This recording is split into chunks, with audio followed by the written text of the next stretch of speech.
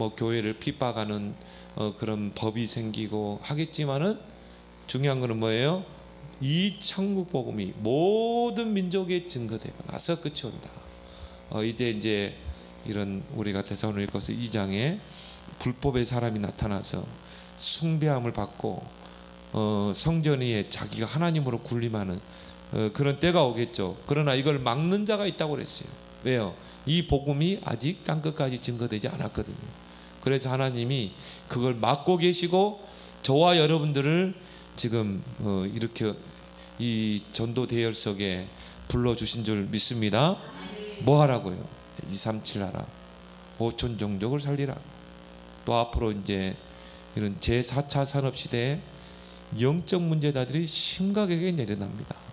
이제 5가지 정신병, 우울증, 뭐 이런 공황증, 또 이런 뭡니까 조현병, 이런 사람들이 내 주위의 현상이 아니라 이게 이제 전 세계적인 현상으로 나타나는 거예요. 이런 정신 문제자들이 계속 늘어나게 됩니다. 그래서 우리는 이제 복음 가지고 이제 치유로 우리는 들어가야 돼요. 그래서 자꾸 요즘 복식호흡을 이 호흡 기도를 강조하는 것이 이것이 하나의 치유의 하나의 방편이거든요. 여러분들이 그걸 누리고 또 여러분 주변에 영적으로 정신적으로 시달리는 사람이 있으면 호흡을 길게 하고 그걸 기도로 연결하고 말씀으로 연결하도록 여러분이 바로 치유 사역자인 줄 믿습니다. 그리고 우리는 서밋 렘넌트, 저는 그렇게 봅니다. 3단체가 막 일어나겠죠. 교황을 뒤에 등에 있고 업고 이제 아마 통합 종교로 갈 것입니다. 근데 하나님이 그걸 막았단 말이에요. 뭐 하라고? 서밋 렘넌트를 키우라고. 렘넌트를 키워서 이제 서밋 자를 세워야 돼요. 그래서 핍박의 시대에 우리 렘넌트들이 서밋 자리에 서서 마침내 세계 복음하는 렘넌트의 몫입니다. 그리고 나서 온 세상에 그제야 끝이 오라고. 그제야 그랬잖아요. 이 복음이 모든 민족에 마지막 렘넌트 서밋들이 일어나서 전 세계 복음이 증거된 후에 끝이 오라. 우리가 세계 복음의 시간표를 잘 보면서 나의 시간표는 어디에 있는가, 내가 지금 서야 될 자리와 위치를 여러분이 잘 보길 바랍니다. 여러분요, 이제 이 전도 대열에서 여러분은 절대 도망갈 수가 없어요. 여기에 여러분 발목 잡힌 거예요. 이제 하나님이 이 전도 대열 속에 우리를 불러 모아줬다 이 말이에요. 우리는 이제 이 함께 전도자와 함께 이제 이 언약의 그 여정을 함께 가는 것입니다. 그래서 전도자가 선포하는 말씀은 우리 개인과 교회의 응답이다. 저 응답이 나하고 맞는가? 틀린 거예요. 지금 내게 주어진 언약이요. 237 내가 미국도 제대로 안 가봤는데 어떻게 237 나라를 다니겠는가? 아니에요. 와 있는 237, 내 주위에 와 있는 237 있잖아요. 나의 237을 찾아내라. 그리고 치유, 여러분에게 치유할 수 있는 모든 걸 다 줬어요. 복음이 치유 중에 치유 아닙니까? 근본 치유는 그리스도 복음으로만 치유되는 것입니다. 말씀으로 이 마음의 병, 정신병 치유자잖아요. 다 줬다 이 말이에요. 여러분은 치유 사역자입니다. 그 여러분들은 이제 서밋 렘넌트를 키울 자입니다. 그래서 이제 여러분들이 미래를 미리 본 사역자로,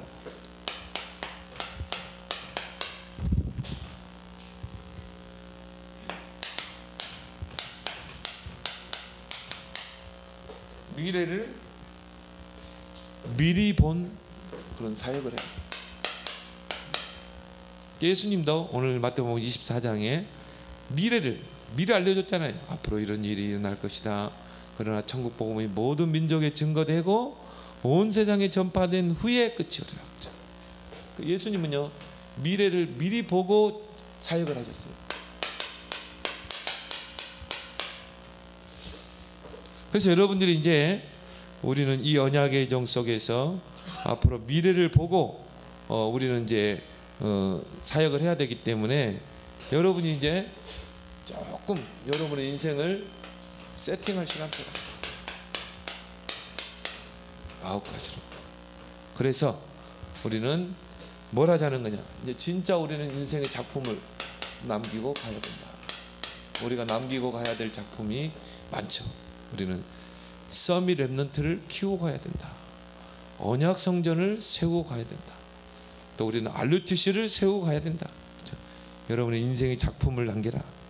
그러면 9가지가 뭐냐? 이제 여러분이 정말 받을 응답이 플랫폼의 축복이다.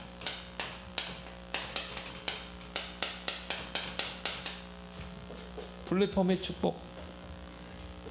그래서 여러분이 플랫폼이 되면 전문화되게 돼 있어요. 이걸 위해서 여러분이 세팅하는 것입니다. 그래서 오직 유일성 재창조의 응답이죠. 그럼 여러분이 이 플랫폼의 응답을 받기 위해서 3초월로 내 인생을 세팅하는 것입니다. 그래서 보좌의 축복. 보좌에 계신 주님이 지금 나와 함께 하잖아요. 그럼 여러분이 보좌가 여러분의 배경이라는 말이에요. 여러분이 기도할 때 보좌의 능력이 역사하는 것입니다. 지금과 같이 불법이 성행하고 흑암이 시대를 장악할 때는 정말 우리가 이걸 누려야 돼요. 렘넌트 7명 히스기야가 이걸 누렸죠. 여러분이 이제 진짜 기도로 이 축복을 누려라. 그래서 기도할 때 능력의 천사가 또 그리고 하나님의 역사는 뭡니까? 우리의 시공간을 초월합니다. 시공간을 초월해서 역사하게 돼 있어요. 그래서 여러분들이 조금만 기도 속에서 모든 걸 한번 해보세요. 이제는 여러분이 진짜 기도할 때다. 왜? 하나님은 시공간을 초월해서 역사하게 돼요. 그리고 여러분이 정말 이 축복을 누리면, 보호자의 축복을 누리면 시공간을 초월해서 하나님이 역사하시고 237의 빛이 회복됩니다. 그러면 회복되는 게 뭡니까? 빛의 경제잖아요. 그게 이사야 60장 1절. 모든 것이 네게로 공급되고. 여러분 237의 빛을 딱 회복하면요, 여기 회복되게 돼 있어요. 여기 보니까는 뭐 네게로 공급되고 내게로 오며, 말은 뭡니까? 여러분이 어디에 있는지에 따라서 하나님이 뭐 경제도 몰아가고 모든 걸 다 몰아가는 것입니다. 이걸로 여러분의 인생을 세팅해라. 그리고 뭡니까? 이제 영적 타워. 모든 사람이 볼 수 있도록 영적 타워에 여러분의 인생을 세팅하라. 그래서 타워는 뭡니까? 멀리 높게 서잖아요. 멀리서도 볼 수 있도록. 그러면요, 다른 사람이 보고 볼 수 있어요. 제자. 그래서 이 영적 타워의 축복을 누리려면 하나님께서 원래 우리에게 주신 축복, 하나님의 형상을 누려라. 이 속에는 많은 것들이 포함되어 있죠. 하나님의 형상, 하나님의 이미지, 하나님의 속성.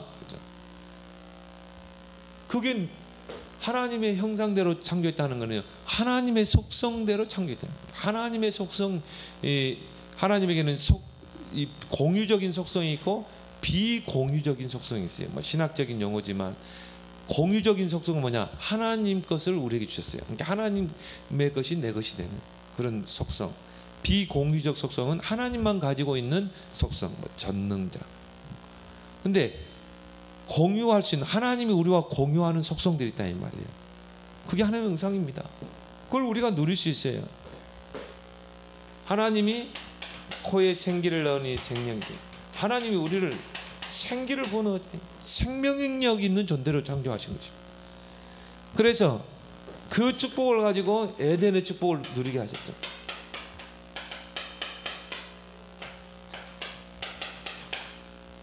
근데 이걸 다 잃어버렸잖아요. 창세기 3장의 죄로 말미암아 이걸 다 잃어버린 거예요. 우리 안에 영이 죽어버렸잖아요. 죄가 들어오면서. 그리스도를 통해 여기 회복된 것입니다. 그리스도를 통해 하나님의 형상이 회복됐고, 그래서 우리가 그리스도 이름으로 기도해서 하나님께로부터 모든 걸 다 받을 수 있는 것입니다. 그리고 뭡니까? 허물과 죄로 죽었던 너희를 살려줬다. 하나님께서 허물과 죄로 죽었던 우리를 그리스도의 피로 살리시고 우리 안에 성령으로 내주어 계시잖아요. 그래서 이제 우리는 영적인 존재가 됐다. 성령을 소유한 자다. 이 에덴의 축복을 다 놓쳤는데 하나님 우리에게 말씀을 주셨잖아요. 그래서 말씀은 히브리서 4장 12절에 생명력이 있잖아요. 생명력. 이 축복을 여러분 누리는 것입니다.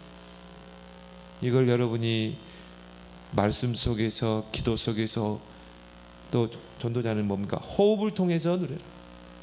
그래서 처음에는 그냥 호흡을 길게 하고, 그걸 나중에 처음에는 말씀으로 연결하고, 그 다음에 이 호흡을 기도로 연결시켜라. 이 3단체 이거 다 하고 있는데 우리가 다 뺏겨버렸잖아요. 이제 정말 여러분이 회복하길 바랍니다. 의도적이라도 뭐 전철 타고 갈 때, 저는 그렇습니다. 전철 타면요 그냥 호흡해요. 편안하게 아무 생각 없이 그냥 호흡합니다.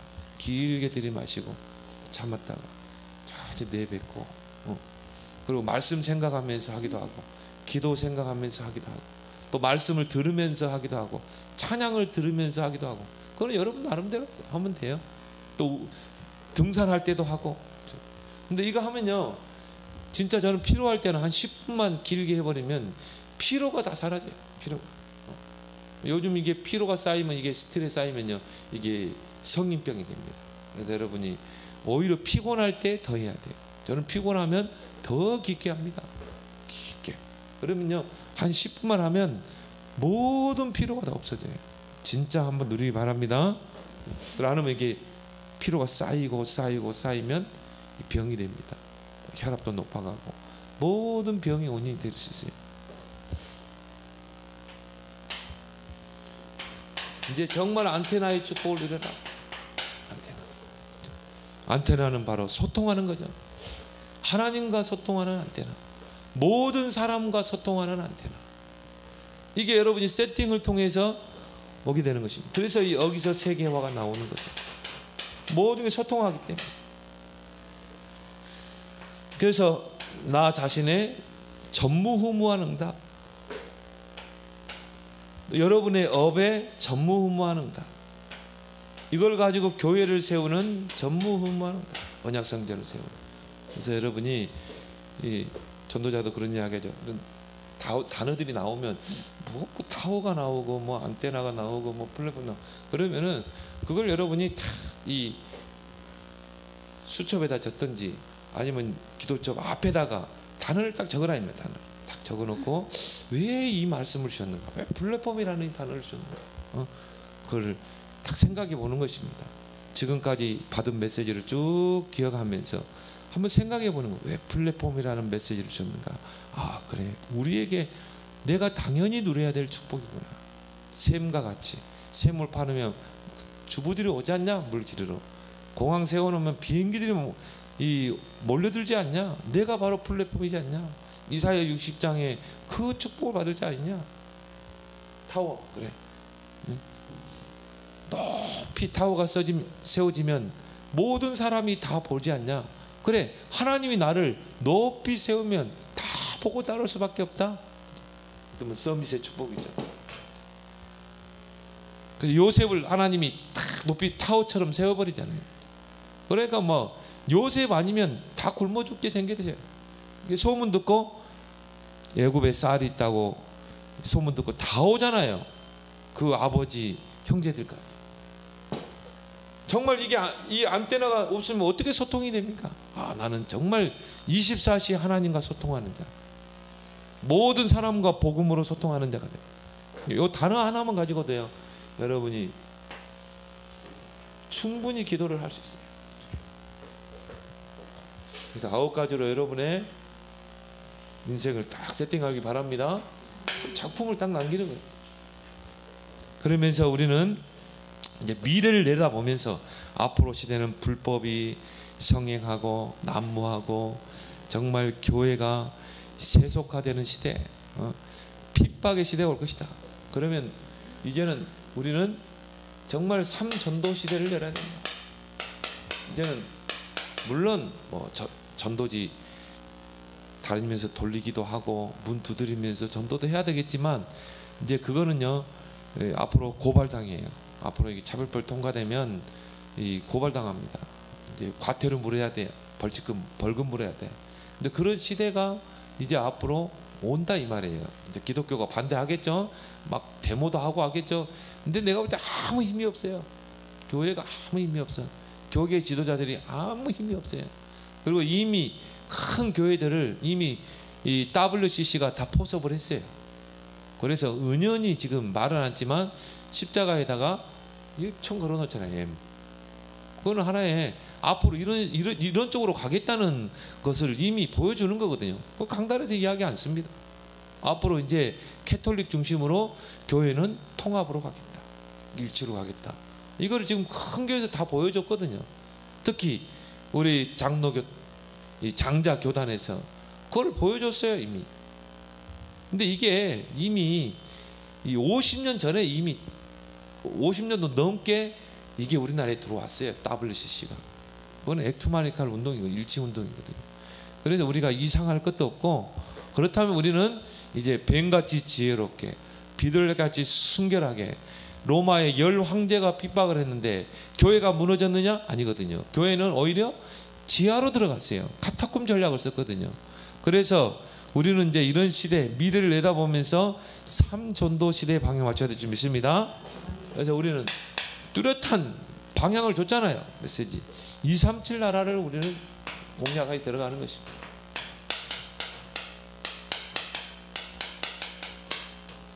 마가다락방 교회가 정말 그 마가다락방만 머물러 있으니까요.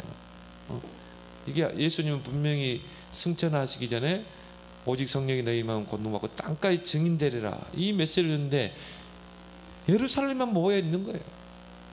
그러니까 어떻게 했습니까? 스데반 집사를 순교시켜버려요.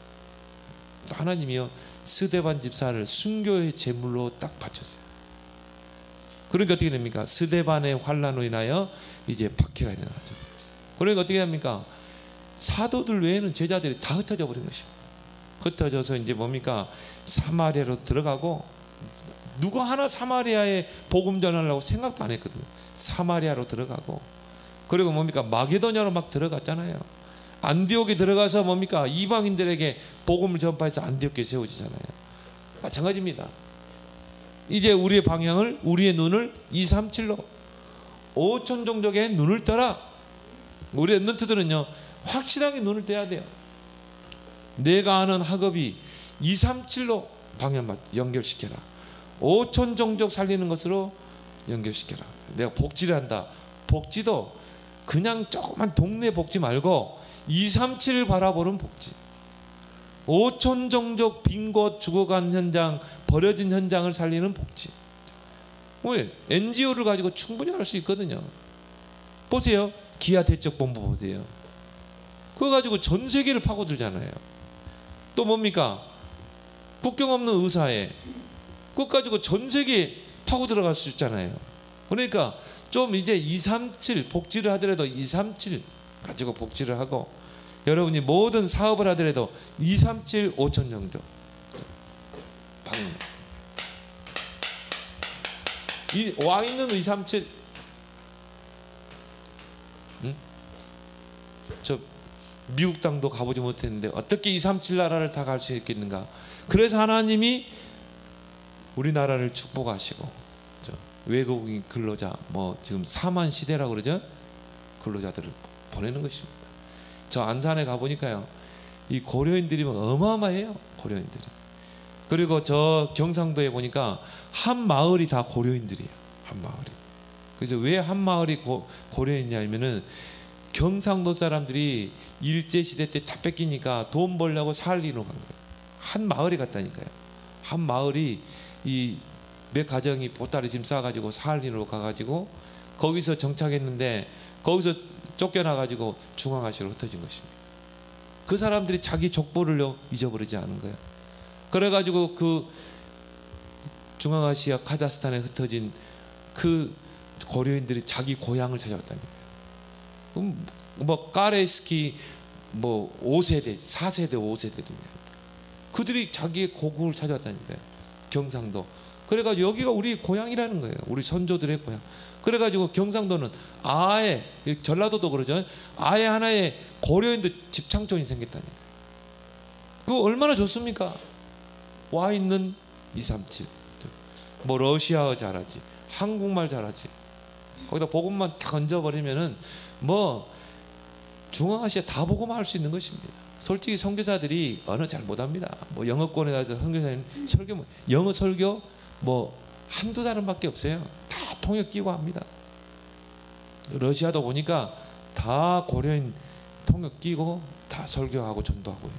그럼 여러분 이 와 있는 237 얼마나 큰 분입니까? 그래서 여러분의 이제 눈을 그쪽으로 딱 바라보라.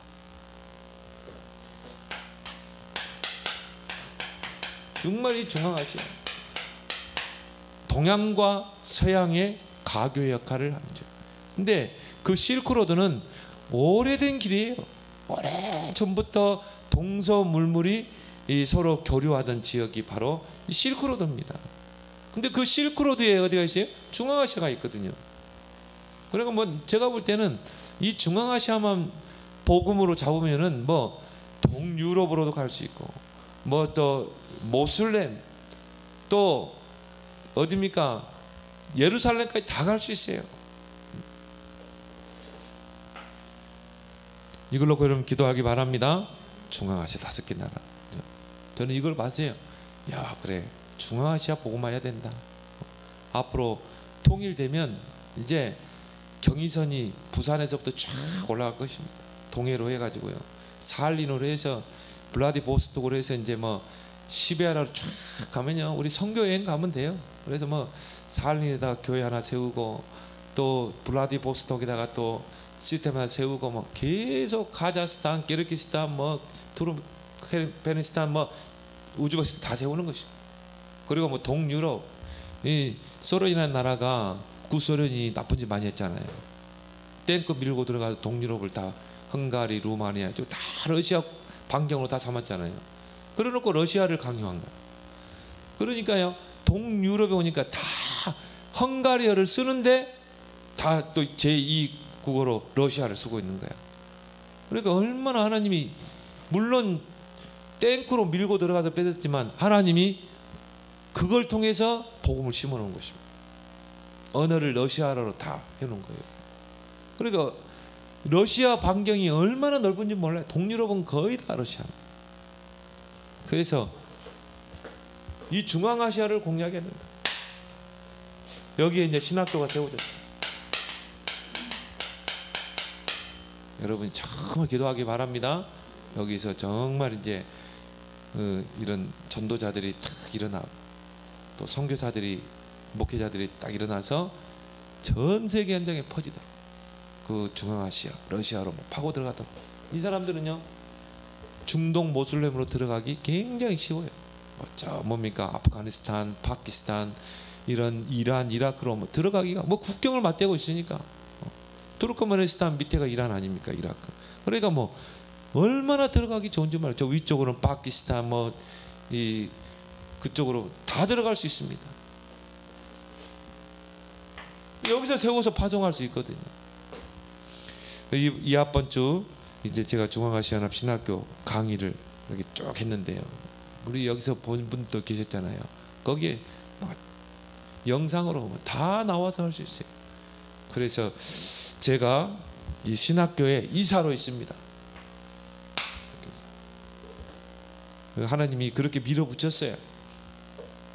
이제 앞으로 이제 코로나가 이제 진전이 되면은 중앙아시아를 순회하는 캠프를 할 거예요. 순회하는 캠프. 기도해 주시기 바랍니다. 그래서 이제는 중앙아시아 전역의 제자를 찾고 제자 데리고 가서 제자 찾고 시스템 세우고 이 사역을 할 겁니다. 그래서 기도해 주시기 바랍니다. 이 나라를 우리 교회 237 붙잡고 나의 237을 찾아내라. 나의 237. 그래서 여러분이 어느 정도 응답을 받으면 되냐면은 정말 한 나라를 선교할 수. 그리고 뭡니까? 한 선교사 가정. 내가 한 나라를 선교할 것이다. 내가 한 나라를 담당하는 그런 중직자, 또 내가 평신도 제자가 될 것이다. 여러분 이 한 나라를요 딱 선정해 놓고 그 나라를 분석해 보고 이 나라의 인구는 얼마나 되고 이 나라의 종교 분포도는 어떻게 되고 이 나라 경제 수준은 어떻게 되고, 이걸 여러분이 다 분석하고 기도하고. 그리고 뭡니까? 한 선교사 가정, 우리 이 개혁총회에서 파송된 선교사가 누군가? 내가 이 선교사님 가정을 내가 정말 선교하겠다. 하나님이 빛의 경제를 회복할 줄 믿습니다. 이 정도 이제 여러분이 정말 여러분의 인생을 세팅하라 이 말이에요. 왜? 앞으로 이제 이쪽으로 가야 되기 때문에. 우리 미래를 내다보고 우리는 인생을 세팅하고 준비해야 돼요. 치유. 제4차 산업시대 이제 뭡니까? 뭐 영적 문제, 정신 문제가 계속 늘어납니다. 암 환자들이 막 계속 늘어납니다. 그렇죠? 서울대 병원에 가보세요. 뭐 얼마나 암병동이, 그러니까 뭐 대형 병원은요 암병동을 따로 운영을 한다니까요. 암병동. 그만큼 뭐 암 환자들이 많습니다. 그런 시대예요.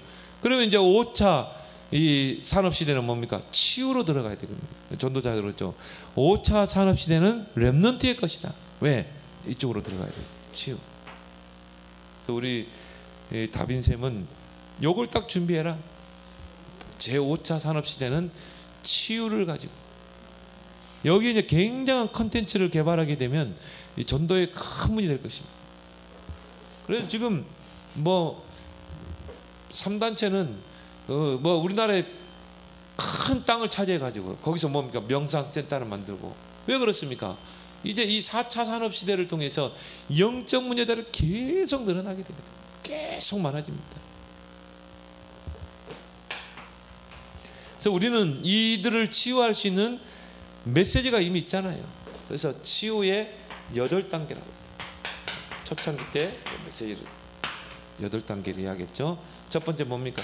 영혼을 치유. 가장 중요한 첫 번째 치유가 영혼 치유.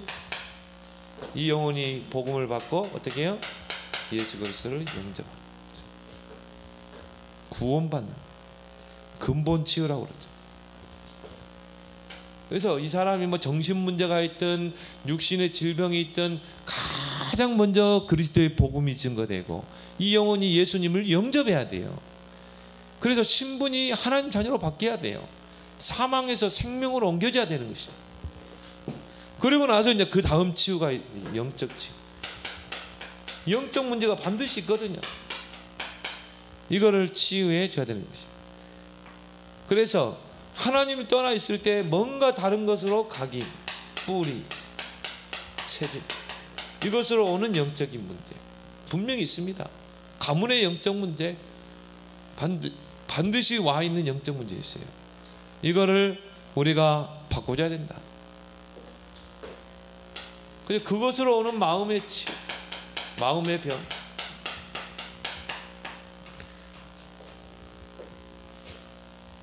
그리고 뭡니까? 정신치유. 드러난 정신문제, 드러나지 않는 정신문제. 5가지 이야기했죠.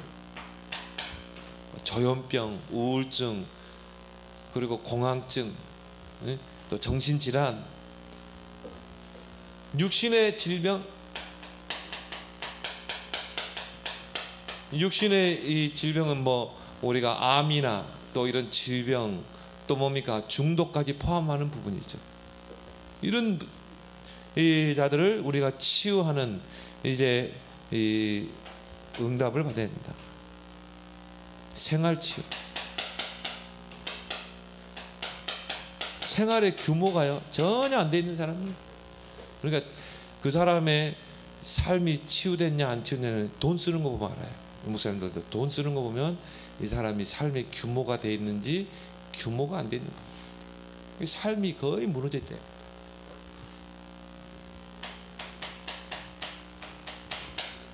그래서 이런 것들을 우리가 뭡니까? 치유해야 된다.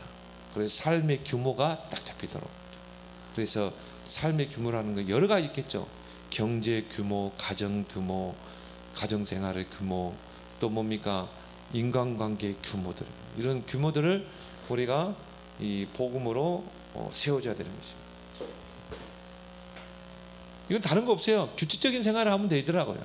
규칙적으로 기도 생활하고 규칙적으로. 그래서 여러분이 하루를요 다이어리를 작성하라니까요. 그래서 하루도 그냥 살지 말고 딱 다이어리를 가지고 오늘 하루의 스케줄, 그 스케줄 속에 영적 스케줄을 먼저 집어넣고, 영적 스케줄을 집어넣고, 그 다음에 내가 하루의 스케줄.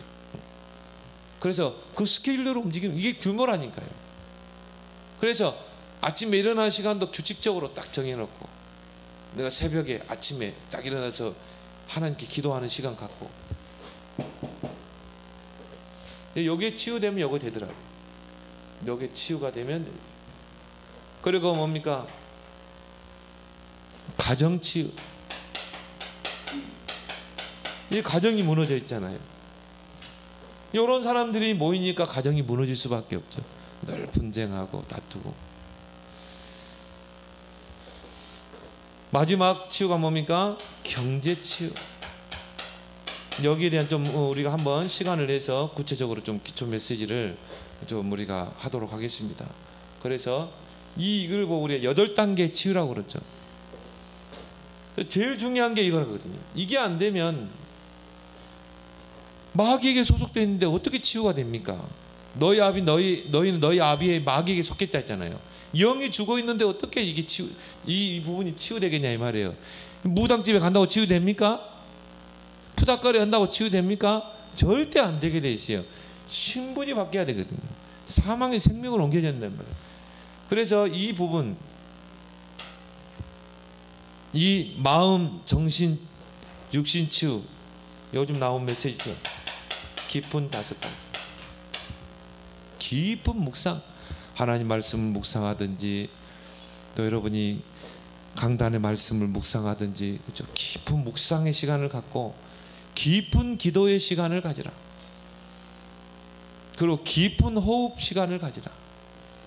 음식도 깊은 호흡, 마구잡이로 먹지 말고 정말 이제 내 몸에 건강한 음식들, 비싼 거 먹지 말고요. 뭐 몸에 좋은 거 있잖아요. 그런 것들. 그리고 뭡니까? 깊은 운동을 해라.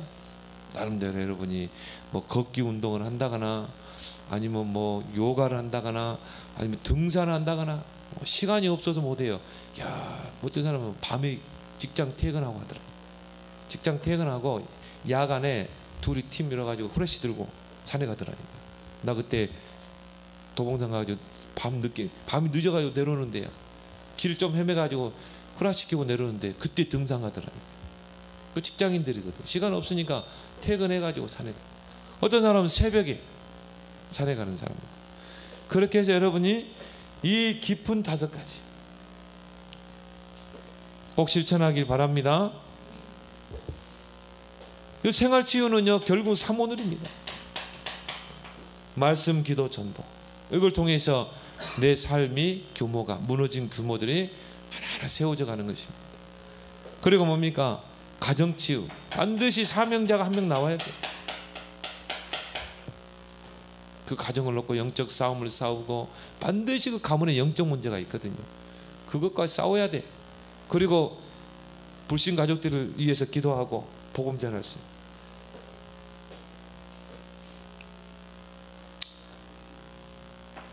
경제치유, 요즘 나온 메시지 237과 연결되면 빛의 경제가 회복된다. 그래서 여러분이 이런 치유를 가지고 이제 앞으로 병든 세상을 치유해 가야 된다. 살려야 된다. 그리고 뭡니까? 서밋. 이게 우리가 미래를 내다본 전도운동이라니. 여러분이 받을 응답이 뭡니까? 렘넌트 미션을. 정말 여러분 이 응답을 놓고 기도하세요. 하나님, 렘넌트들을 서밋으로 세울 수 있는 그런 미션홈의 응답을 주옵소서. 그래서 여러분이 하나님 나에게 한 100평짜리 주십시오. 기도해요. 그래서 뭡니까? 거기서 렘넌트를 부르는 것입니다. 우리는 부를 데 없어가 교회에서 잘하고 그랬는데, 여기에 누구 한 명 있어야 하는데 없으니까 지들끼리 그냥 뭐 치고 뭐 난리 했잖아요. 근데 사역자가 반드시 있는, 그럼 내 집을 미션으로 만드는 것입니다. 내가 보는 미션은 사역자가 되는 거예요. 그래서 애들 와세요. 학업 도와주고, 그리고 영적인 부분 체크해주고, 거기서 기도해주고 상담해주고, 그리고 뭡니까? 서밋으로 세우는 것입니다. 내 집을 미션홈으로 세우는 응답을 받아요. RUTC 이걸 놓고 기도하는 것입니다. 그래서 RUTC에서 정말 이 서밋을 키우는 그런 RUTC를 담는 언약 성전 놓고 기도하신 여러분 되기 바랍니다. 그래서 앞으로는 요 세 방향으로 앞으로는 전도 운동을 펴나가야 됩니다. 그리고 뭡니까? 이 일을 할 수 있는 중직자, 이 일을 할 수 있는 중직자를 세워라 그랬죠. 그래서 이번 여교육자 수련회 때도 100명 이하는 어떻게 사역을 할 것인가, 100명 이상은 어떻게 사역할 것인가, 10,000명이 왔을 때는 어떻게 사역할 것인가. 그렇죠. 그래서 뭡니까? 중직자를 세워라. 중직자를 세워서 중직자들이 현장에서 정말 70지교회 할 수 있도록 해라. 현장에서 내가 있는 현장 지역에서 지교회를 세워서 정말 불신자 살리도록 해라. 그리고 중직자 시대를 열어라. 12월 2일부터 3일까지 세계 중직자 대회가 있습니다. 그래서 금요일, 토요일, 그거는 여러분 RUTC 방송에 들어가서 들으면 돼요. 그래서 여러분이 꼭 이 메시지를 듣길 바랍니다. 우리 교회가 이런 중직자 시대를 열어야 되거든. 그래서 예수님께서 미래를 놓고 미래를 내다보고 2021년도를 내다보고 예수님께서 미래 사역을 하셨어요.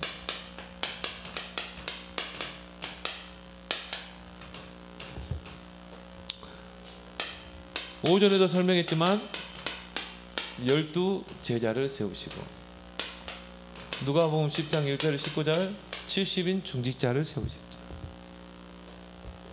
그 사도들과 중직자들이 예수님 재림 승천 후에 마가다락방에 모인 것입니다. 그래서 138 언약 붙잡고 집중했다. 그렇게 해서 초대교회가 탄생하게 되죠. 초대교회 구성 멤버죠. 12 제자, 70인 중직자. 그래서 중직자들의 역할이 뭡니까? 정말 사도의 지도를 받고 사도를 도와서 교회를 세우고 정말 현장 살리는 거. 그래서 중직자들이 내 인생의 미션을 찾도록 해줘야 된다. 어떤 미션입니까? 정말 교회를 세우는 미션. 이 응답을 받도록 내가 있는 지역 살리도록, 현장 살리도록, 여기에서 지교를 세워서 정말 현장을 살려내는, 이게 중직자의 인생의 미션 아니겠습니까? 그래서 이런 중직자들을 예수님께서 미래를 내다보고 세웠다. 그래서 우리 단체에만 중직자 대학원이 있잖아요. 그리고 시대 살릴 썸미 랩넌트를 키워내는 것입니다. 여기에 인생을 올인하는 것입니다. 이걸 하나님이 얼마나 기뻐하시겠습니까? 그리고 정말 선교의 방향 맞춘, 그래서 한 나라를 선교할 만큼 한 선교사 가정을 지속적으로 경제로 섬길 수 있는 그런 인생의 미션을 붙잡은 중직자. 이 네 가지 인생의 미션을 붙잡고 이걸 나의 언약으로 붙잡고 기도할 때 하나님이 빛의 경제 회복할 줄 믿습니다. 이사야 60장에 일어나라. 그래서 이런 중직자를 하나님이 세우기를 원하죠. 그래서 중직자는 중간 사역자다. 다리 역할, 브릿지 역할을 하는, 현장과 교회, 평신도와 목회자의 다리 역할을 하는 게 중직자다. 뭐 다리 역할을 하려면, 중간 사역자를 하려면 흐름을 놓쳐버리면 안 돼요. 그래서 요단을 건널 때, 여리고를 무너뜨릴 때 어떻게 했습니까?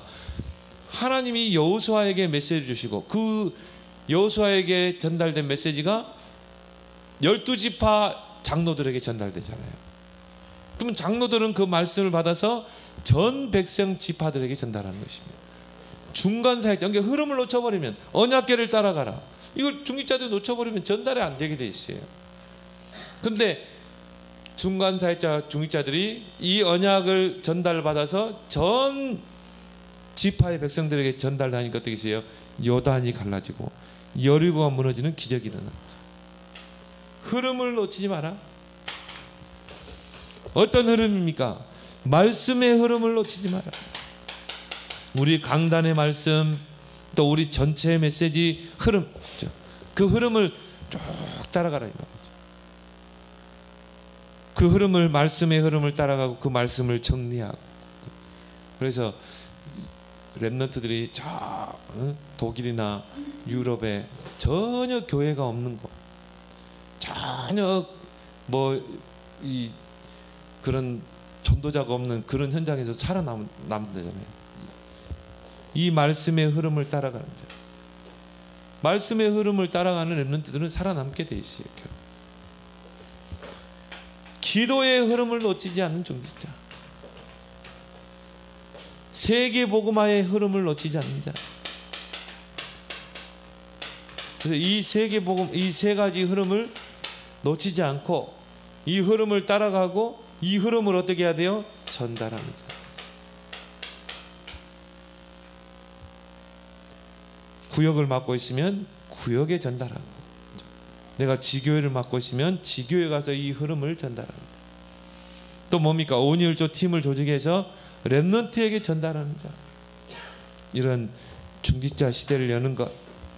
그래서 예수님이 미래를 미리 내다보시고 이 사역을 준비하신 것입니다. 그래서 우리 교회가 앞으로 이제 이런 9가지 세팅을 통해서 3가지 전도 시대를 열고 중직자 시대를 여는 우리 뜸교회 되게 달라고, 우리 함께 합심으로 한번 기도하겠습니다.